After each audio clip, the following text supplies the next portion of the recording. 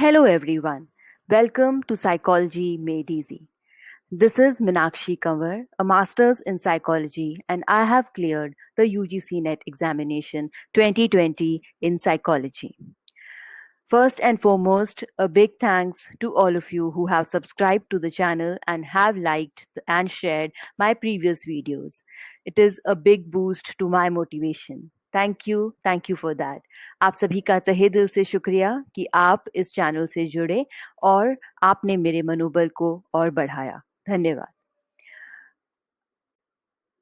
आज का जो वीडियो है वो स्टार्ट करने से पहले मैं आप सभी को रिक्वेस्ट करना चाहूंगी कि do like the video, share the video and subscribe to the channel if you have not subscribed till yet for more knowledge and inspiration, and even watch the video up till end because तभी आपको ज्यादा से ज्यादा इस information का लाभ हो पाएगा। So today we are talking about beginnings of psychology. Beginnings of psychology एक ऐसा टॉपिक जो आपको सिलेबस में नहीं मिलेगा। यह कहीं मेंशन नहीं है कि आपको मनोविज्ञान कैसे जो इस्टेब्लिश हुआ, यह कहीं मेंशन नहीं है। बिगनिंग्स ऑफ साइकोलॉजी जो है इसमें आपको जो भी आपको इम्पोर्टेंट है मटेरियल, उसके साथ हम आगे बढ़ेंगे। उससे पहले जैसे कि मैं मोटिवेशन को बहुत अहम रोल समझती हूँ हमारी लाइफ में, so quote for life for this video is go that extra mile, it's never crowded. आपको हमेशा मेहनत करनी चाहिए। आप हर दूसरे इंसान की तरह मेहनत नहीं कर सकते। आपको एक थोड़ा सा हटकर मेहनत करनी पड़ेगी। आपको भीड़ से थोड़ा सा अलग हटकर मेहनत करनी पड़ेगी, तभी आप अपनी सफलता को पा सकेंगे। So go that extra mile, it's never crowded. हर कोई वैसी मेहनत नहीं कर सकता। आपको वो सोचना पड़ेगा जो हर कोई नहीं सोच सकता, right? So go that extra mile, it's never crowded. Moving on to what is psychology. Psychology is a very interesting subject which is a scientific study of human behavior and mental processes, right?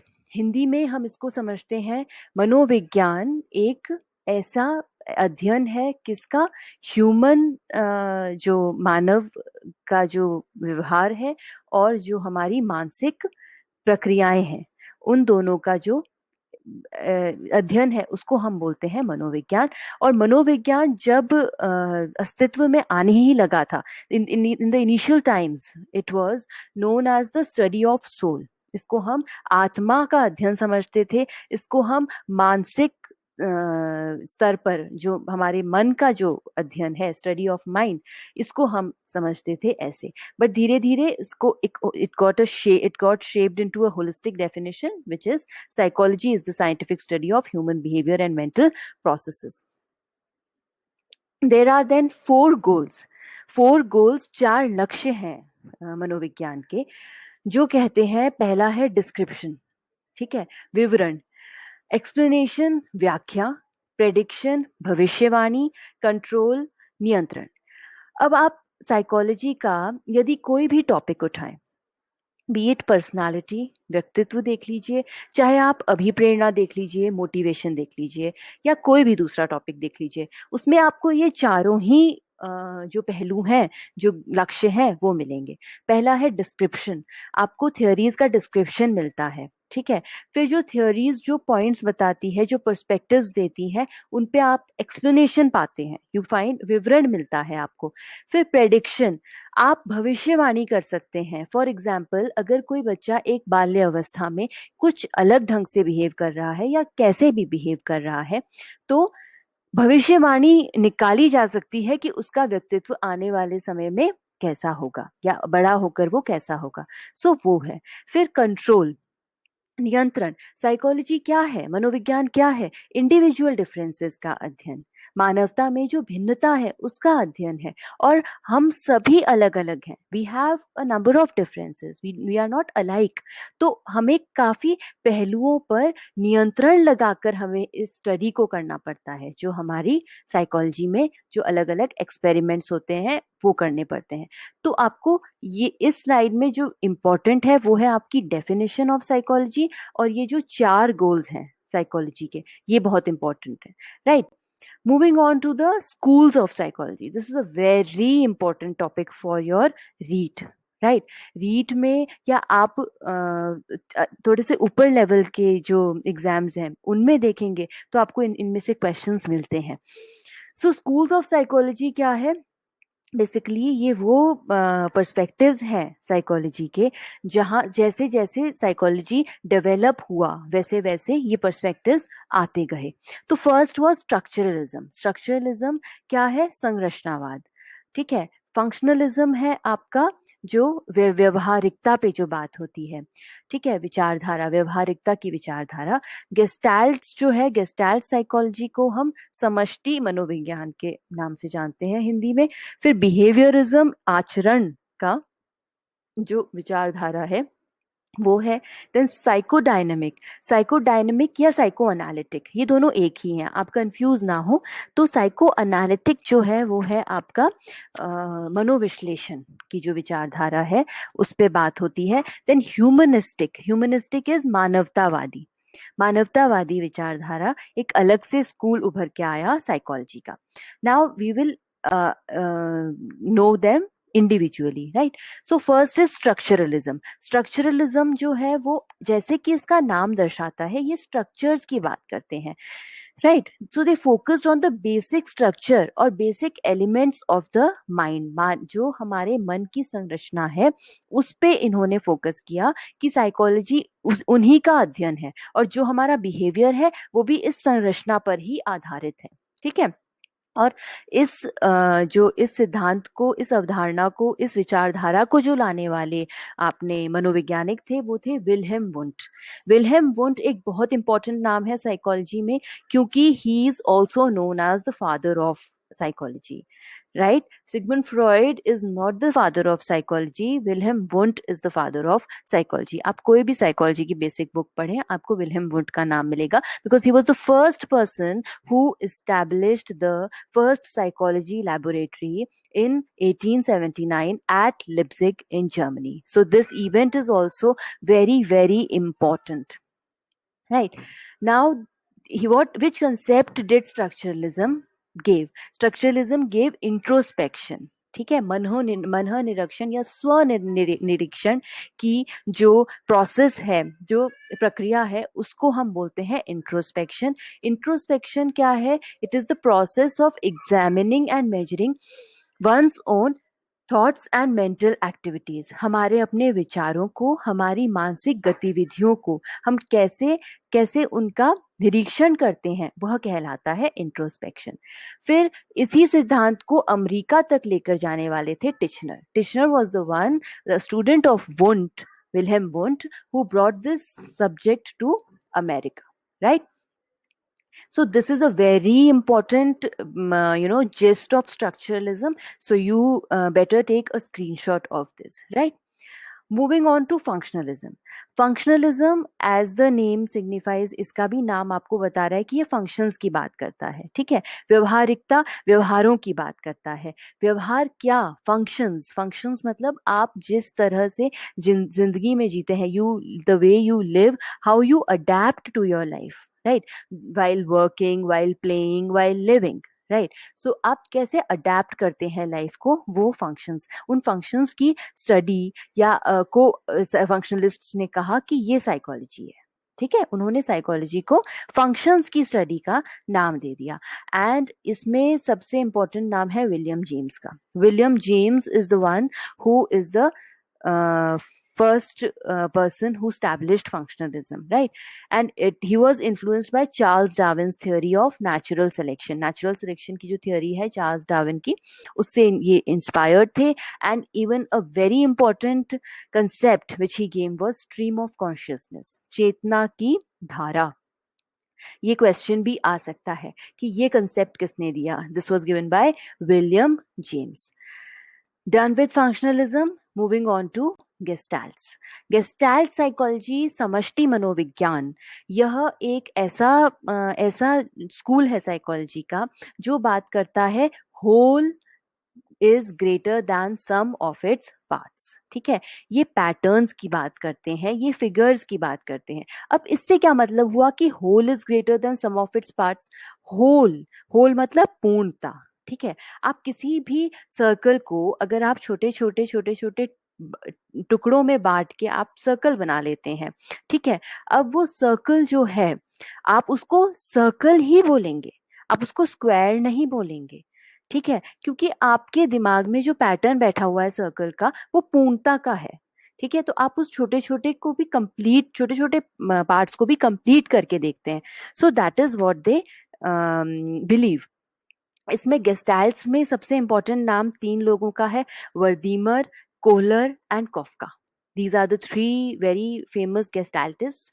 And इन्होंने किस किस fields में काम किया है? इन्होंने ज्यादा काम किया है सेंसेशन एंड परसेप्शन के फील्ड में। इन्होंने ही लॉज ऑफ ऑर्गेनाइजेशन भी दिए हैं, संगठन के जो सिद्धांत हैं वो भी इन्होंने ही दिए हैं। सो गेस्टाल्ट्स के बारे में आपको ये मेन चीजें पता होनी चाहिए। ठीक है, इसमें से भी क्वेश्चंस आए हैं और आ सकते हैं। Moving on to behaviourism. Behaviourism क्या है? बिहेवियरिज्म आचरण के बारे में है। अब देखिए, जो बिहेवियरिस्ट्स हैं, ठीक है, जो ये वाले साइकोलॉजिस्ट हैं, इन्होंने कहा कि हमारा जो बिहेवियर है वो इट्स मोर और लेस बेस्ड ऑन टू मतलब 2 प्रकार का है, overt behaviour and covert behaviour. Overt behaviour कौन सा होता है? ओ से याद रखिएगा, ऑब्जर्वेबल बिहेवियर, जो बाहरी रूप में हमारे दिखता है उसको बोलते हैं हम ओवर्ट बिहेवियर। कोवर्ट बिहेवियर कौन सा है? सी से याद रखिएगा, कॉग्निटिव बिहेवियर, जो हमारे मानसिक स्तर पे चलता रहता है, मेंटल लेवल पे। इट्स नॉट सीन, वो दिखता नहीं है। ओवर्ट बिहेवियर दिखता है। तो वॉटसन कहते हैं कि साइंस ऑफ बिहेवियर और science of overt behaviour, I will say, is psychology. इन्होंने सिर्फ बिहेवियर का जो दिखने वाला पार्ट है, जो ऑब्जर्व करने वाला पार्ट है, उसको ही साइकोलॉजी माना। ठीक है, तो इसमें क्या थे पाइनियर्स? कौन कौन थे? अपने वॉटसन थे, पैवलोव थे, स्किनर, थॉर्नडाइक, टोलमैन। अब ये जो थियोरीज हैं ये आपकी अधिगम में भी बहुत इंपॉर्टेंट है, लर्निंग जिसे हम बोलते हैं, उसमें भी इन सब का बहुत बड़ा रोल है। ठीक है, एंड ये अपने आप में एक बहुत बड़ा चैप्टर है अपने रीड के लिए, right. And stimulus response concept, this concept was also given by behaviourists. क्या बोला था इन्होंने कि यदि आपको बाहरी वातावरण में कोई भी ऐसी स्टिमुलस मिलता है, ऐसा कोई भी आपको रिस्पॉन्स करने के लिए स्टिमुलस, कुछ भी बाहर चेंज मिलता है, तो आप उसमें क्या प्रतिक्रिया देते हैं अपनी। ठीक है, तो वो ही कनेक्शन होता है, स्टिमुलस और रिस्पॉन्स। बस उतना ही इन्होंने बोला था कि एसआर अप्रोच जो है वो उस पे इन्होंने काम किया था, right. Moving on to psycho analysis और साइको डायनेमिक। साइको एनालिसिस को ही मॉडर्न टाइम्स में साइको डायनेमिक थ्योरी बोला जाने लगा। साइको एनालिसिस क्या है? मनोविश्लेषण। ठीक है, और ये किसका सिद्धांत था? ये सिगमंड फ्रॉइड का सिद्धांत था। ये भी बहुत फेमस सिद्धांत है और ये पर्सनालिटी की थ्योरी में one of the most important है। ठीक है, व्यक्तित्व का जब आप रीड के लिए व्यक्तित्व के बारे में पढ़ते हैं तो आपको सिगमंड फ्रॉइड को तो अच्छी तरह से उसके बारे में पढ़ना ही है। सो उन्होंने बात की थी किसकी? Unconscious mind controls most of the conscious behaviour. हमारा जो भी बिहेवियर हो रहा है वो कहीं ना कहीं हमारे अचेतन मन की जो विचारधारा है, विचार है, उनसे जुड़ा हुआ है। इन्होंने बात की थी साइकोसेक्सुअल स्टेजेस की, मनोलैंगिक हमारी जो स्तर हैं उनकी बात की थी। इन्होंने डिविजन्स ऑफ माइंड की बात की थी, मन के विभाजन की बात की थी, सबकॉन्शियस, प्री कॉन्शियस, अनकॉन्शियस। ठीक है, फिर इन्होंने बात की थी स्ट्रक्चर्स ऑफ पर्सनालिटी, जो इड, ईगो, सुपर ईगो के रूप में हम पढ़ते हैं। डिफेंस मैकेनिज्म्स की बात की थी। ठीक है, डिफेंस मैकेनिज्म में आपके रिप्रेशन, इस पे मैं एक अलग से आपको वीडियो प्रोवाइड करूंगी क्योंकि ये भी बहुत इंपॉर्टेंट टॉपिक है, डिफेंस मैकेनिज्म्स। देन अब फ्रॉइड का जो ये काम था, इस सब से इंस्पायर होके नियो फ्रॉइडियंस आए थे। नियो फ्रॉइडियंस भी इंपॉर्टेंट है। नियो फ्रॉइडियंस में एल्फ्रेड एडलर का जो इंफीरियोरिटी कॉम्प्लेक्स का कंसेप्ट है, यह मुझे थोड़ा सा चाइल्ड डेवलपमेंट में थोड़ा बहुत अप्रोप्रिएट लगा। अदरवाइज एक कैरन हॉनी भी थी। नियो फ्रॉइडियंस में 3 नाम हम बहुत अच्छी तरह से जानते हैं, Alfred Adler, Karen Horney and Carl Jung. ये 3 नाम बहुत इंपॉर्टेंट हैं, बट कार्ल यूंग का इतना काम बच्चों से रिलेटेड नहीं था। एल्फ्रेड एडलर और Karen Horney, these two were related to children. So we can study them separately, और इतना इन डेप्थ में ना पढ़े, बट आपको पता होना चाहिए क्या कौन से प्रिंसिपल्स, कौन से थियोरीज पे इन्होंने बात की थी. Done. Moving on to humanistic.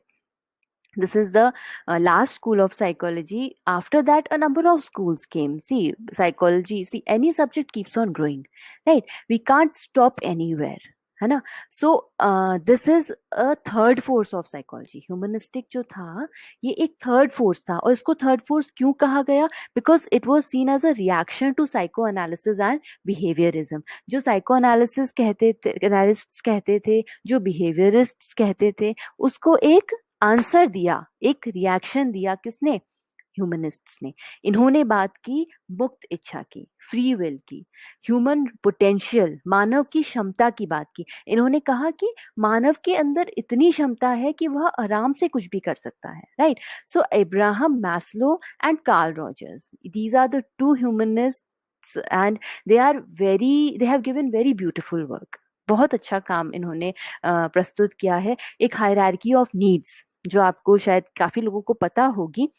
ये हायरार्की ऑफ नीड्स जो है, ये बहुत इम्पॉर्टेंट है मोटिवेशन में भी, पर्सनालिटी में भी.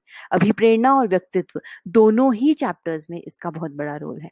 फिर unconditional positive regard and self. Karl Rogers का जो काम है, बिना किसी शर्त के बच्चे को पूरा सकारात्मकता के साथ उसको प्यार देना, ठीक है, उसको मतलब वो एक इम्पोर्टेंस देना. तो उस पे भी इन्होंने, कार्ल रॉजर्स ने इस पे काम किया है.